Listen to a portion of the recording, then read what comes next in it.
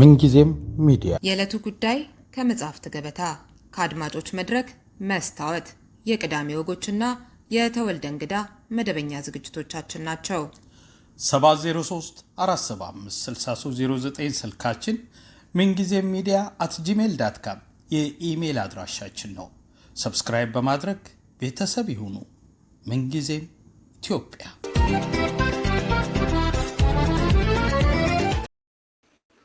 ሰላም ጤና ይስጥልኝ። የምንጊዜም ሚዲያ ቤተሰቦች በደቡባዊ የኢትዮጵያ ክፍል ላይ የተከሰተውን የማርበርግ ቫይረስ በሽታ የተመለከተ ቆይታ ይኖረናል። ከጤና ጥበቃ ጀምሮ የተለያዩ ዓለም አቀፍ ግብረሰናይ ድርጅቶች ጋር የሰራው የህብረተሰብ ጤና ባለሙያው ዶክተር ዘላለም ግዛው እንግዳይ ነው።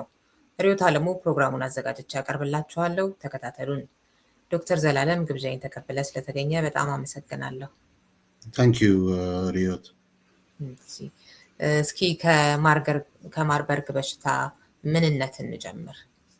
ኦኬ ማርበርግ ቫይረስ መጀመሪያ ዲስክራይብድ የሆነው በፈረንጅ አቆጣጠር 1967 በእኛ 59 አካባቢ ማለት ነው።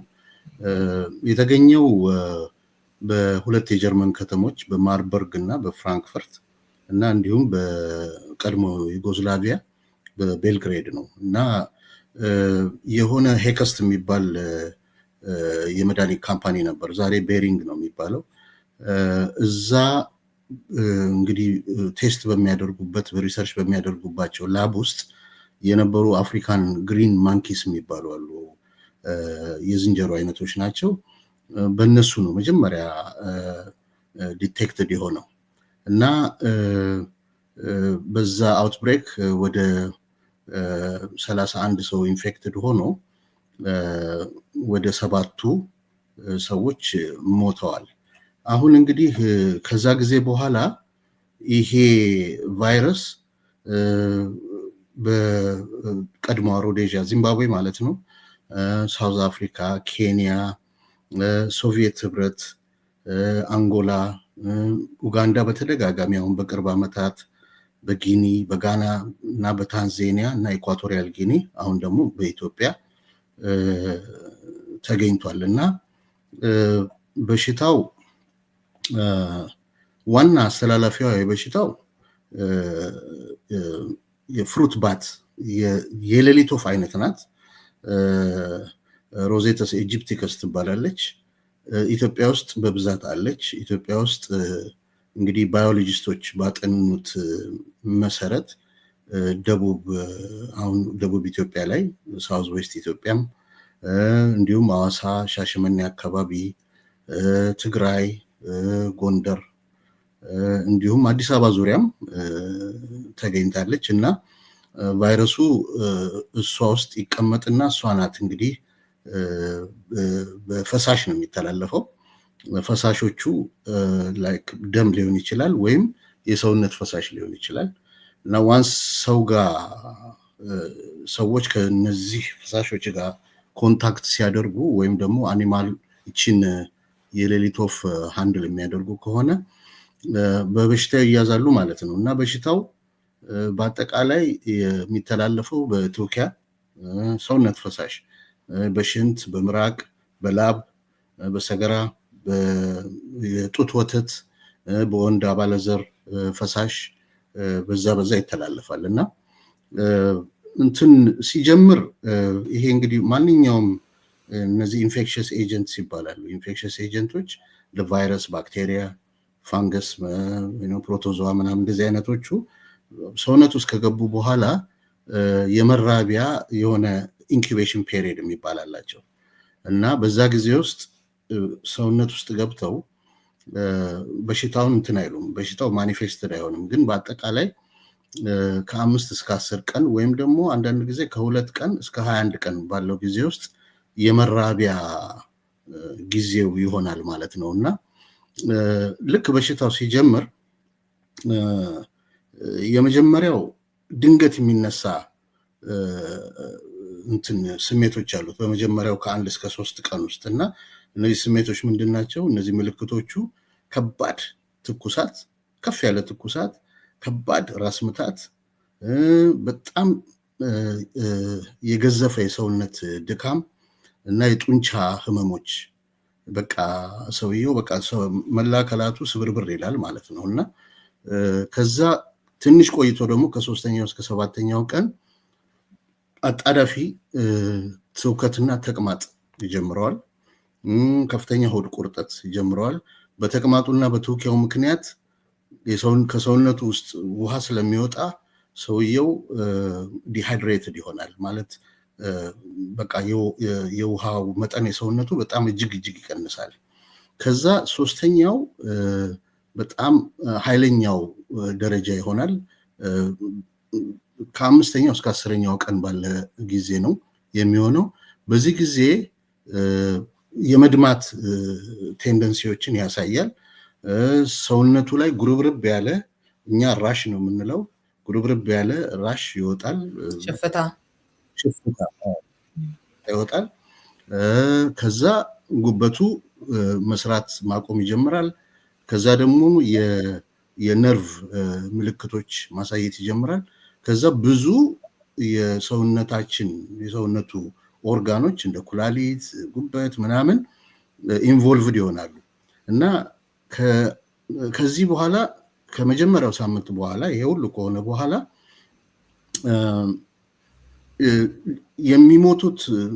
የሚሞቱት ሰዎች በጣም እየተዳከሙ ይሄዳሉ፣ ዲቴሪዮሬት ያደርጋሉ እና በዚህ ጊዜ ውስጥ ነው እንግዲህ ሞት የሚመጣው ማለት ነው። ከዚህ ሰርቫይቭ የሚያደርጉ ሰዎች አሉ እና እንግዲህ አሁን እኛ ኬዝ ፋታሊቲ ሬት እንለዋለን። እንግዲህ ኬዝ ፋታሊቲ ሬት ይሄ እኛ ሜዠርመንት ኦፍ ሪስክ የምንላቸው አሉ እና ሬቶች እናወጣለን በዚህ የሞት ምጣኔው ማለት ነው። ምጣኔው ታንክ ዩ እና ከ25 እስከ 90% ያሉ ሰዎች 100 ሰው ቢታመም ከ25 እስከ 90 የሚሆኑት የመሞት እድል አላቸው ማለት ነው። እና የተወሰኑት ደግሞ ሰርቫይቭ ያደርጋሉ፣ ያልፉታል። እና ይሄ በሽታ ትልቁ ችግሩ ምንድነው? አንደኛ ሕክምና የለውም ማለት ሕክምናው ሰውየው አሁን ዲሃይድሬትድ ሲሆን በቃ አይቪ ላይን ይቀጠርለታል የግሉኮስ ምናምን ያንን የወጣውን ፈሳሽ ለመተካት የሚደረግ ነገር ነው እና ትኩሳቱን መቀነስ ምናምን ነው እንጂ ክትባት የለውም፣ የመድኃኒትም የለውም፣ እስከዛሬ አልተሰራም። እና ይሄ ነው አደገኛ የሚያደርገው። እና ኢሚዲየት ሰዎች የሚድኑበት የተለየ ምክንያት ይኖራል ወይስ? በጣም በሚገርምሽ ሁኔታ የተወሰኑ ሰዎች ይድናሉ እና እነዚህ የሚድኑት ሰዎች በራሱ ነው ሰልፍ ሊሚቲንግ ነው ቫይረሱ። ኢቦላም እሱም እንደዛ አይነት ነገር አላቸው። ሁሉንም ሙሉ በሙሉ 100% ላይገሉ ይችላሉ እና ያ የሚጠና ጥናት ነው እንግዲህ የሰውነታችን ለኢንፌክሽን ያለው ሪስፖንስ አለ አይደል? እና እሱ ከሰው ሰው ስለሚለያይ በዛ ምክንያት ነው እንግዲህ የሚተርፉት ሰዎች እና ግን በጣም ጥቂት ሰው ነው የሚተርፈው። ምልሽ 90% ኬዝ ፋታሊቲ ሬት አለው ማለት በጣም ከባድ ነገር ነው። ከ25 እስከ 90 ነው እንግዲህ የሚሉት እና ይሄ ቫይረስ ይሄና ኢቦላ ቫይረስ ምልሽ ዘመዳሞች ናቸው። ፋይሎ ቫይረስስ ይባላሉ። በኤሌክትሮን ማይክሮስኮፕ ሲታዩ ፊላሜንተስ አይነት እንትን ያላቸው መልክ ነው ያላቸው። በእንትን ደረጃ በባዮሴፍቲ የሚባል አለ። በባዮሴፍቲ ደረጃ ባዮሴፍቲ ሌቭል 4 ናቸው። እነዚህ የመጨረሻ እጅግ የሚፈሩ ኤጀንቶች ቫይረሶች ናቸው ሁለቱ። በሲዲሲ ካታጎሪ ኤ ባዮቴሮሪዝም ኤጀንት ብሎ ይከፍለዋል። እዛ ውስጥ ነው ያለው እንግዲህ ማርበርግ እና ኤቦላ እና በዚህ ምክንያት በቀድሞ በኮልድ ወር ጊዜ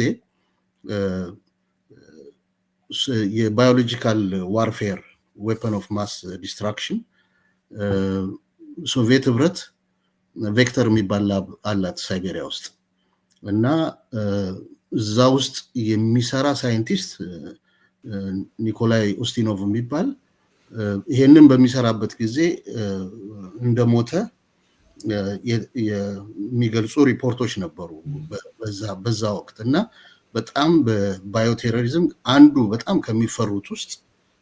ከሚፈሩት ቫይረሶች ውስጥ አንዱ ማርበርግ ነው እና ስለዚህ ሁሌ አክቲቭ የሆነ ሰርቬይላንስ ቅኝት ላይ ነው ያለው እና አሁን ምንድነው መሰለሽ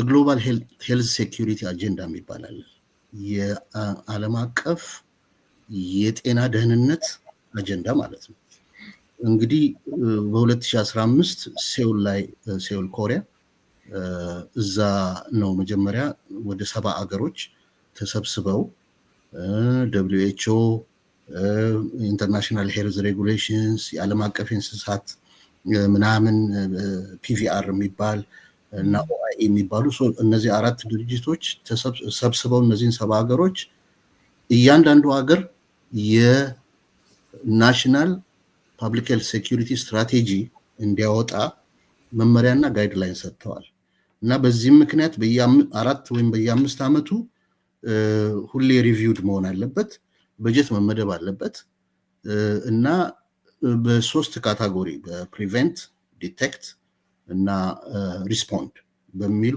3 ካቴጎሪዎች ከፍለው ወደ 19 ፓኬጆች ያወጣቸዋል እና ይሄ ማለት ምንድነው ማንኛውም ድንገተኛ ወረርሽኝ በተለይ አደገኛ የሆነ ወረርሽኝ ሲነሳ የኢመርጀንሲ ኦፕሬሽን ሴንተሮች መቋቋም አለባቸው መልቲ ሴክቶራል ነው ሪስፖንሱ በተለይ እንደዚህ ባዮቴሮሪዝም ውስጥ ያለ ከሆነ ኢንተርፖል ሁሉ አለበት እዛ ውስጥ የአገር ደህንነት ሁሉ ይሳተፋል ፖሊስ ይሳተፋል የእንስሳት ሄልዝ ይሳተፋል ባዮሎጂስቶች በተለይ ዞኦሎጂስቶች የሚባሉ እነዚህን አሁን እንደ ዝንጀሮቹ ወይም የሌሊት ወፎቹን አላረለም እነሱን ትራክ ማድረግ ምናምን እሱ ሁሉ አለ ከዛ ላብራቶሪዎች በተለይ ላብራቶሪዎች ቅኝት ሁሌ ከአመት እስከ አመት ማድረግ አለባቸው ሪል ታይም ሰርቬይላንስ ይባላል ያንን ማድረግ አለባቸውና ሪፖርት በቼን ውስጥ ሪፖርትድ መሆን አለበት እና ስፔሻሊ ዋንስ እንደዚህ አይነት ነገር እነዚህ ኢንተርሚዲየት ሆስትስ ይባላሉ እነዚህ እንስሳቶቹ ሌሊት ወፍ ለምሳሌ እነሱ ከተገኙ ስለዚህ በሽታው የመምጣቱ እድሉ ከፍተኛ ስለሆነ እነሱ ያሉበት አካባቢ ላይ ያሉ ላብራቶሪዎች እና ጤና ተቋማት በእንደዚህ በኢመርጀንሲ ቅኝት ውስጥ መሳተፍ አለባቸው ማለት ነው እና ስለዚህ ይሄ በጀት ይጣል አሁን ለምሳሌ ያለውን ነገር በነግርሽ እኔ እዚህ ላይ ስሰራ ስለነበር ያለፈውን 10 አመት ከ71 ሀገሮች ውስጥ 90% ጥሩ ፕሪፓሬሽን የላቸውም ለምሳሌ በእኛ ሀገር በዚህ በዩናይትድ ስቴትስ ኮቪድ ያመጣውን አይተናል ወደ 1 ሚሊዮን ሰው ሞቶብናል እዚህ ዓለም ላይም እንደዛ ብዙ ሰው ሞቷል ያ ማለት ዝግጁነቱ በደንብ የለም ማለት ነው ሄልዝ ሲስተሙ ሬዲ አይደለም ማለት ነው ደግሞ በእንቱንም ብናይ በዓለም አቀፍ ደረጃም ብናይ ወደ 37 ሀገሮች ናቸው የተወሰነ ኤፈርት ያደረጉት ኢቭን ስትራቴጂውን በማውጣት ደረጃ ማለት ነው ኢትዮጵያ አላት በዶክተር ሊያ ጊዜ የወጣ ናሽናል ናፕስ ነው የምንለው ናሽናል ፐብሊክ ሄልዝ ሴኩሪቲ ስትራቴጂ አለ ግን ያ ፈንድድ መሆን አለበት በደንብ በጀት መሆን አለበት ኢንስቲትዩሽናላይዝድ መሆን አለበት እርግጠኛ ነኝ ጤና ጥበቃ ውስጥ ዲፓርትመንቶች ይኖሩታል ግን አሁን ያለውን ሲቹዌሽን አላቅምና እንግዲህ ያ አሁን በእንደዚህ አይነት ጊዜ ያይሽ ይጠቅማል ቶሎ ኩዊክ ሪስፖንስ እንዲኖር ማለማን ነው ሪፖርት የሚያደርገው የትኛው ላብራቶሪ ጋር ነው ሳምፕል ሜድ ያለበት እንዴት ነው ኳራንቲን የሚደረገው ምክንያቱም ዋንስ እነዚህ የሄሞራጂክ ፊቨር የሚያመጡ እንደ ኢቦላ እንደ ማርበርግ አይነት ወይም ሌሎችም ተዋሲያን አሉ ቶሎ የሚተላለፉ እነሱ ሪፖርትድ ሲሆኑ ያ የተገኘበት አካባቢ ኳራንቲንድ ኦፍ መሆን አለበት ስለዚህ እዛ አካባቢ የሚገባም ሰው መኖር የለበትም የሚወጣም ሰው መኖር የለበትም ሶዛት ኢንፌክሽኑ እንዳይል። ምክንያቱም ኢንፌክሽኑ የተያዘው ሰው ለምሳሌ አሁን ጂንካ ላይ ነው ሪፖርትድ የሆነው፣ አዋሳ ቢሄድ አዋሳ ላይ ሊያስተላልፍ ይችላል። ምክንያቱም ያ ሰው የነካቸው እቃዎች ላይ ሁሉ ቫይረሱ ይኖራል ማለት ነው እና ብዙ ሰዎች ሊያዙ ይችላሉ፣ ብዙ ሰው ሊሞት ይችላል። ስለዚህ ያንን እንግዲህ ማድረግ ያስፈልጋል። እንግዲህ ፖለቲካ አለው። ለምሳሌ በኮቪድ ጊዜ ከነዚህ 71 ሀገሮች ውስጥ 5 ሀገሮች ናቸው እነ ብሩናይ፣ ኢንዶኔዥያ፣ ፊሊፒንስ የኮቪድን ዳታ ሙሉ በሙሉ ሼር ሲያደርጉ የነበሩት። አሁን ቻይና ምናምን ብዙን ኢንፎርሜሽን አፍነውታል አይደለም፣ ከኢኮኖሚያቸው ከምናምን ጋር ምናምን ከብዙ ነገሮች ጋር ከፖለቲካ ጋር ስለሚያገናኙት ማለት ነው። እና ይሄ አንዱ ትልቁ ኦብስታክል ነው።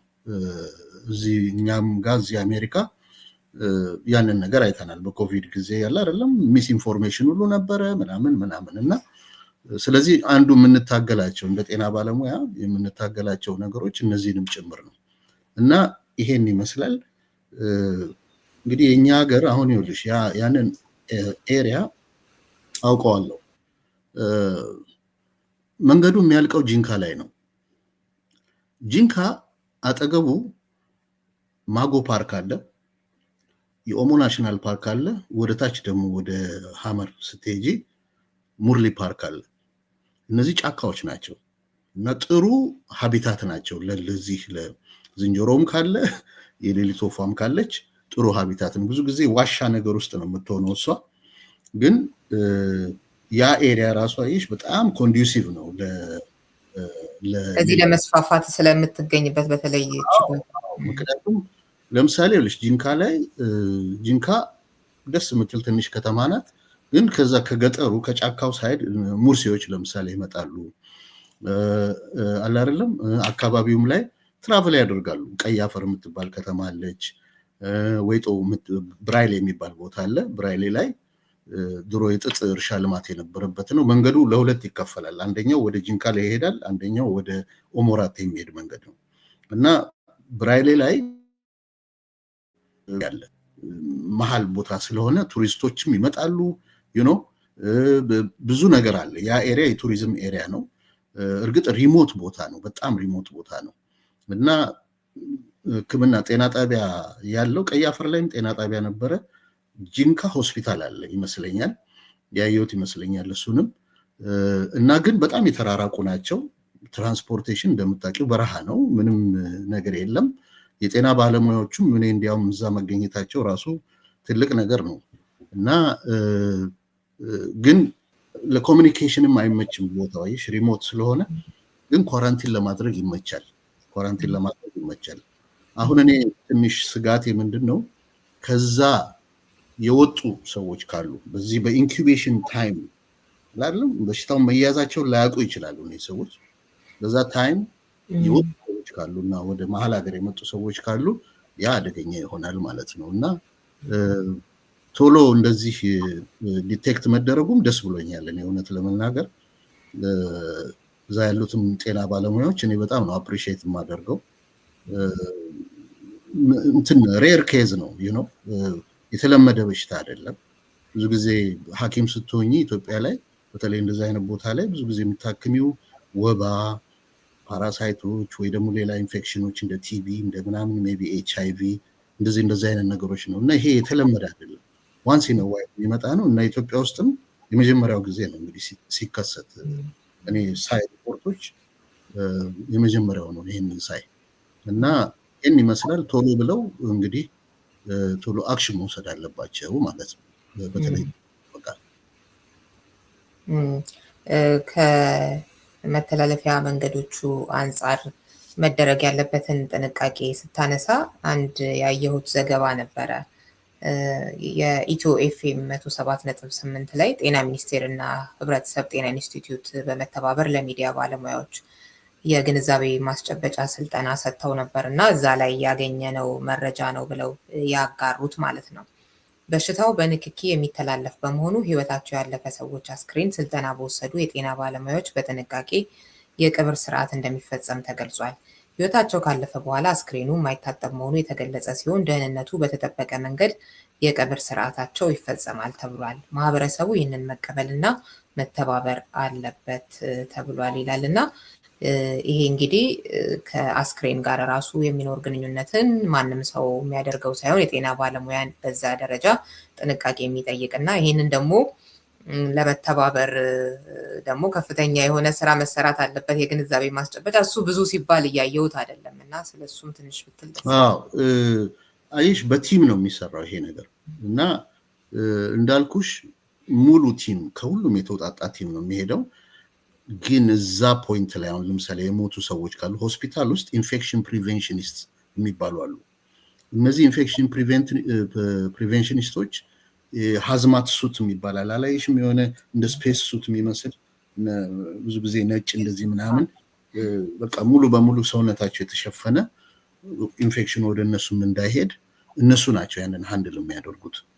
እና በድሮ ጊዜ በፊት በ60ዎቹ እና በ70ዎቹ መጥል ነበረ ላይክ ብዙ ያቃጥሉ ነበር ምናምን ሬሳውም ይቃጠል ነበር ምናምን።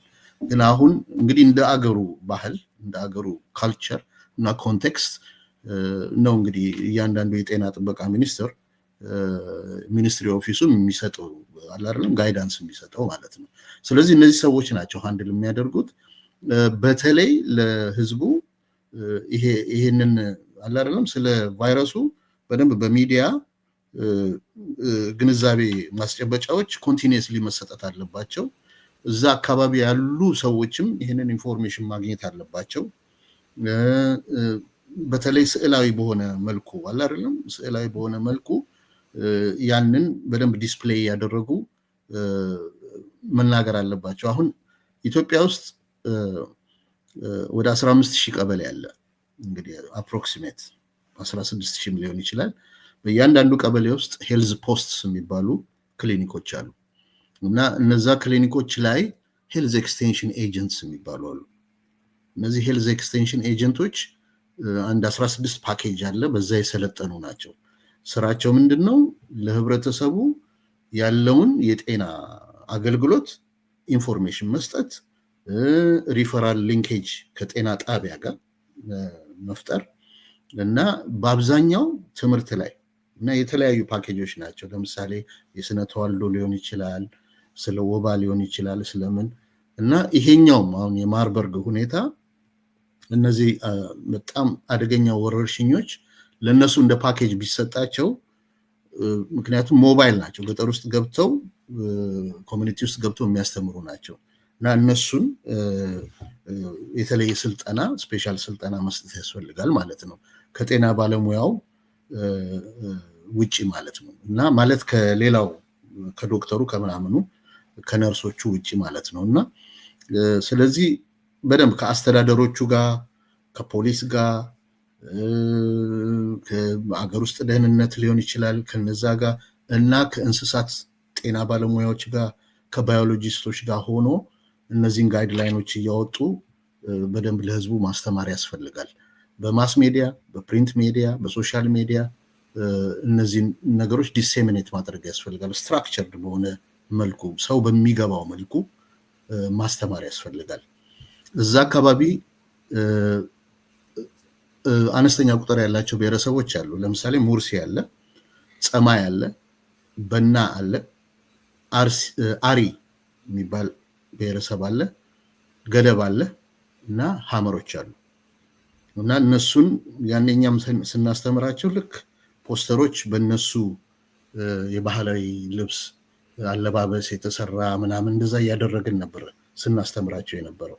ስለተለያየ ነገር ስለ HIV ስናስተምር ምናምን በዛ መልኩ ነበር የምናስተምራቸው የነበረው እና ኢን ዘ ሴም ቶክን እነዚህ አለ አይደለም ቪዥዋል ኤዶች ወጥተው እነሱ በሚገባቸው ቋንቋ በእነሱ ሰው እየተተረጎመም ማስተማር ያስፈልጋል እና ለሌላው ህዝብ ደግሞ በሚሰማበት አይደለም በሚገባው ቋንቋ ያንን ማስተላለፍ ያስፈልጋል እና ያ ቦታ ግን ይሄ በሽታ ሙሉ ኬዞቹ እስኪያልቁ ድረስ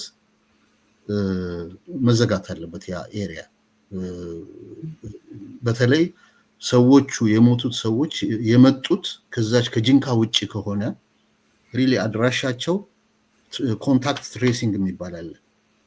የት ነው ከየት ነው የመጡት የሚለውን ነገር እሱን ትሬስ አድርጎ ሄዶ የመጡበትን መንደር ቼክ ማድረግ ያስፈልጋል እና ቴስቶች መስራት ያስፈልጋል፣ የላቦራቶሪ ቴስቶች ማለት ነው። እና ስለዚህ ከበድ ያለ ስራ ነው፣ በጣም ኮኦርዲኔሽን የሚፈልግ ነገር ነው። እንዲሁ ይሄንን ለማለት ነው። ሌላው አይቼው የገረመኝ እዚሁ የግንዛቤ ማስጨበጫው ላይ በወንድ የዘር ፈሳሽ ውስጥ ለ1 ዓመት ጊዜ ቫይረሱ የሚቆይ በመሆኑ ከህመሙ ያገገሙ ሰዎች ልቅ የሆነ የግብረ ስጋ ግንኙነት ከማድረግ መቆጠብ አለባቸው የሚለው ነው እና ቅድም ያልከው የኢንኩቤሽን ታይም ላይ ወደ ሌላ ቦታ ቢሄድ አንድ ሰው ያልከው ላይ ይሄኛው ደግሞ ያገገመ የተባለ ሰው ደግሞ ዳነ የተባለ ሰው ደግሞ እንደዚህ አይነት ጊዜ የሚወስድ ከሆነ ሌላ የቤት ስራ መሆኑ እሱንም እስኪ ትንሽ እንትን ነው ይሄ እነዚህ በሽታዎች ሬር ዲዚዞች ናቸው ማለት ሁሌ ፍሌር የሚያደርጉ አይደሉም። በተወሰነ ደረጃ ተጠንተዋል። በተለይ የኢንፌክሽስ ዲዚዝ ስፔሻሊስቶች ሞር ደግሞ ሌተስት የሆነውን ነገር ሊሰጡን ይችላሉ። ግን በተለይ እነዚህ ግኝቶች አሁን እስከ 1 ዓመት ምናምን የሚቀመጥ ከሆነ እና አክቲቭ ምልሽ ክሮኒክ ኮርስ ያላቸው ቫይረሶች አሉ እንደ HIV፣ ይሄ የወፍ በሽታ ሄፓታይተስ ምናምን እነሱ በአባለዘር የሚተላለፉ አሉ። የማርበርግ ደግሞ እንደዛ አይነትም አዲስ እንግዲህ አይነት ነገር ካለ ያ ደግሞ ሪሊ ቴስቲንግ ዋይሽ ቫይረሱ ሰውነትሽ ውስጥ ሲገባ በሰውነታችን ውስጥ ሪስፖንድ አንቲቦዲዎች ምናምን ይመነጫሉ እና ሰውየው ተሸካሚ ከሆነ ሪሊ እነዛ አንቲቦዲዎች ይታያሉ ማለት ነው። እና ስለዚህ ያንን እንግዲህ እዛ ላይ የተለየ አይነት የመከላከል አድቫይስ ነው ምልሽ።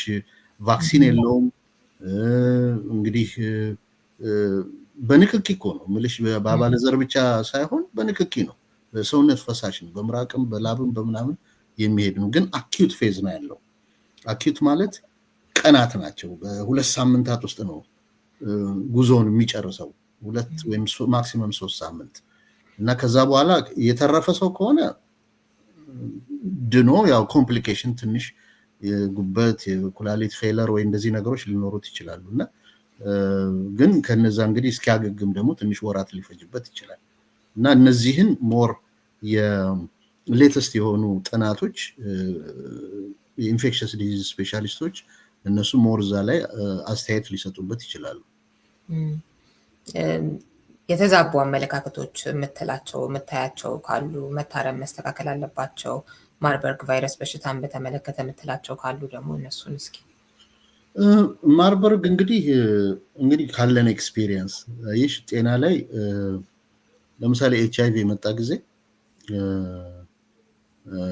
ኢፍ ዩ ሪሜምበር እንግዲህ በዛ ጊዜ እንደመጣ ወያኔ ገብቶ ነበርና በዚህ ቢባሉ በፍጹም ምንም ግድም አልሰጣቸውም ነበር። የሚያዩት ፖለቲሻኖች ፖለቲካውን ነው የሚያዩት፣ ሌላ አጀንዳቸው ሌላ ነው። የእነሱ ሰዎች ማለቅ ሲጀምሩ ነው ሪስፖንድ ማድረግ የጀመሩት እና የተነገራቸው የመጀመሪያ የኢትዮ ኔዘርላንድስ ኤድስ ሪሰርች ፕሮጀክት የሚባል ነበረ፣ ኢናርፕ የሚባል የመጀመሪያ ሰርቬይ አዲስ አበባ ላይ የሰራው ኢንፎርሜሽኑ ታፍኗል። ወደ 30% ነበር ያን የነበረው የተባለው። በኋላ እሱን ቀንሰው 10% ነው 12% ነው አሉ። ግን ያም አላስደነገጣቸውም በወቅቱ። ምክንያቱም ኮንዶም መጠቀም ካቃተው ለምን እዛው ጥርቅና ይልም አይነት ነገር ነበረ። ግን የራሳቸው ሰዎች መሞት ሲጀምሩ ያኔ ባይ ዛት ታይም ወደ 7-8 ዓመት አልፏል። ተመልከች እንግዲህ እና ዘሴም ሳውዝ አፍሪካም ውስጥ እንደዛ ነበር። ነጭ ሽንኩርትና ዝንጅብል ብሉበት ምናምን ያለች የጤና ሚኒስትር ነበረች። ታቦ ምቤኪ በዛ ጊዜ ይሄ ፖለቲካ ነገር ነው እንጂ ምናምን ሁሉ ብሏል። እና እነዚህ ሚስ ኢንፎርሜሽኖች ፖለቲሻኖች ጋር ሲመጣ በጤና በኩል ነው የምነግርሽ፣ መሀከላቸው ሪሊ ወርን የሚያደርጋቸው ሰው ከሌለ በጣም በጣም ያስቸግራል፣ ሌላ ፖለቲካ ላይ የሚያተኩሩ ከሆነ። ስለዚህ የጤና ባለሙያዎቹን በቂ የጤና ባለሙያዎች አሉ ኢትዮጵያ ውስጥ፣ ኢንፌክሽስ ዲዚዝ ስፔሻሊስቶችም አሉ እዛ። እነሱ የሚሉትን መስማት አለባቸው የግድ፣ አለበለዚያ ሰው ያልቃል እና ብዙ ነገር ነው ዲስራፕትድ የሚሆነው። በሽታው ስቲል አክቲቭ እንደሆነ ከታወቀ ወደዛ ኢምፖርት ኤክስፖርቱ፣ ቱሪዝሙ፣ ምኑ ሁሉ ኢቭን ትራቭል ባን ምናምን ሁሉ ሊኖር ይችላል እና ያ በኢኮኖሚውን ይመታዋል። ስለዚህ እነዚህም ባለሙያዎች በቂ ባለሙያዎች አሉ ኢትዮጵያ ውስጥ። እነዛን ባለሙያዎች ጠርቶ ከነሱ ጋይዳንሱን መውሰድ ያስፈልጋል። እዚህም የኛ ልጆች አሉ፣ ኢንፌክሽስ ዲዚዝ ስፔሻሊስቶች አሉ። እነሱንም ጠርቶ ማማከር ይቻላል። ኤምባሲው አለ፣ ኤምባሲው ጠርቶ እንደ ፓነል ፈጥሮ ያኔ ኮቪድ ላይ እንዳደረግነው ፓነል ፈጥረን ነበር እና የኛ ልጆች ሲያማክሩ ነበረ ጤና ሚኒስትርን እና እንደዛም ማድረግ ይቻላል። እና ሚስ ኢንፎርሜሽኑን መጠንቀቅ ያስፈልጋል። ሶሻል ሚዲያ ላይ ምናምን የሚወጣ ነገር ይሄ በተለይ ከሃይማኖትም ሊሆን ይችላል፣ ከሌላም ከፖለቲካ ድርጅትም ሊሆን ይችላል ምናምን የሚመጡ ሚስ ኢንፎርሜሽኖችን መስማት አያስፈልግም። የጤና ባለሙያዎቹ የሚናገሩትንና ሚኒስትሪው የሚናገረውን ነገር ነው ልብ ብሎ መስማት የሚያስፈልገው። እዚህም የኛን ከቻልሽ ጊዜ ካገኘሽ የኛን ኢንፌክሽስ ዲዚዝ ስፔሻሊስቶች አሉን። እነሱንም ጠርተሽ ደግሞ ሞር አላረለም ፖሲብል የሆኑ ምን አይነት ሚስ ኢንፎርሜሽን ሊኖር ይችላል የሚለውን ነገር እነሱንም ማናገሩ ማማከሩ ጥሩ ይመስለኛል። ያለፈው ሰኞም እንደዚሁ የአንድ የተላላፊ በሽታ ባለሙያ አናግሬ ነበር። ትንሽ ኢንተርኔቱ ረብሸንና ብዙ ነገር ሳይሰማ ቀረ እንጂ ያው በተከታታይ እንደሱ ማድረግ አይቀርም። በጣም ነው የማመሰግነው ዶክተር ዘላለም ለነበረን ጊዜ። መጨመር ያለበት ሳልል ባላልፈው የምትላቸው መረጃዎች፣ ሀሳቦች ካሉ ደግሞ መድረኩ ክፍት ነው። ኤኒቲንግ አዲስ ነገር ካለ ኢንፎርም አደርግሻለሁ እኔ እና ምልሽ አሁን የተነጋገርነውን በተግባር እንትን ይበሉት እና ሞር እዚህ ያለነውም ሐኪሞችም እንደኔ የግሎባል ሄልዝ ወይም የፓብሊክ ሄልዝ ባለሙያዎችም ከኛ የሚፈልግ ነገር ካለ እርዳታውን መስጠት ማለት ማማከር እንችላለን እና ይሄንን ነው እንትን የምለው። በተረፈ እንግዲህ ጥሩ ወሬ ያሰማን ነው። አሜን። በጣም ነው የማመሰግነው ዶክተር ዘላለም። አድማጭ ተመልካቾቻችን ከዶክተር ዘላለም ግዛው አጥቤ ጋር የነበረኝ ቆይታ ይሄንን ይመስል ነበር። በሌላ ፕሮግራም ከሌላ እንግዳ ጋር ቆያችኋለሁ። አብራችሁን ስለነበራችሁ እናመሰግናለን። ሰላም ሁኑ። ምንጊዜም ሚዲያ የዕለቱ ጉዳይ ከመጽሐፍት ገበታ፣ ከአድማጮች መድረክ መስታወት፣ የቅዳሜ ወጎችና የተወልደ እንግዳ መደበኛ ዝግጅቶቻችን ናቸው። 703 475 6309 ስልካችን፣ ምንጊዜም ሚዲያ @gmail.com የኢሜል አድራሻችን ነው። ሰብስክራይብ በማድረግ ቤተሰብ ይሁኑ። ምንጊዜም ኢትዮጵያ።